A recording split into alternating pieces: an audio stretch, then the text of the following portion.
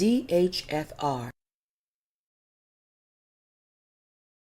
DHFR stands for dihydrofolate reductase. Dihydrofolate reductase converts dihydrofolate into tetrahydrofolate, a methyl group shuttle required for the de novo synthesis of purines, bimidylic acid, and certain amino acids.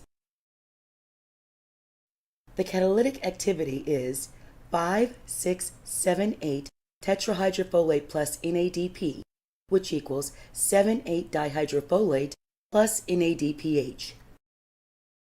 The pathway for dihydrofolate receptor is cofactor biosynthesis tetrahydrofolate biosynthesis 5,6,7,8 tetrahydrofolate from 7,8 dihydrofolate.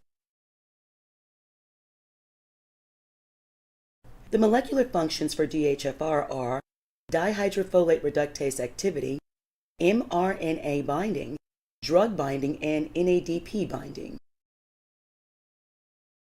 The biological processes for this gene are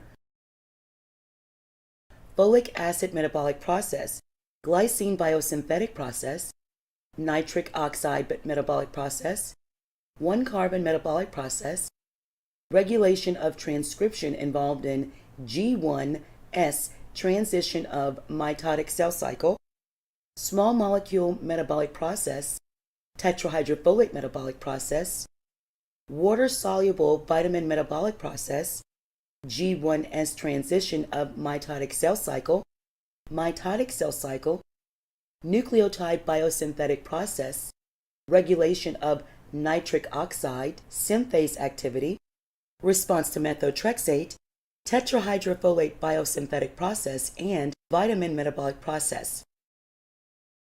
Certain drugs used to fight cancer and antimalarials can inhibit DHFR, such as trimethoprim, pyrimethamine, chloroguanide or perguanyl, pentamidine, methotrexate, and trimethotrexate. DHFR gene is related to megaloblastic anemia and cerebral folate deficiency. Some people with DHFR compromised might have a hard time converting folic acid into the active bioavailable form of folate. Folic acid has been fortified into many processed foods such as flour, rice, bread, pasta, and cereals.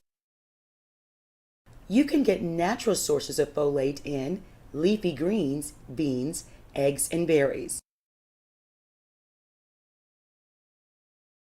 Folic acid has been found to prevent folate from crossing the blood-brain barrier in individuals with DHFR SNPs that are not functioning well.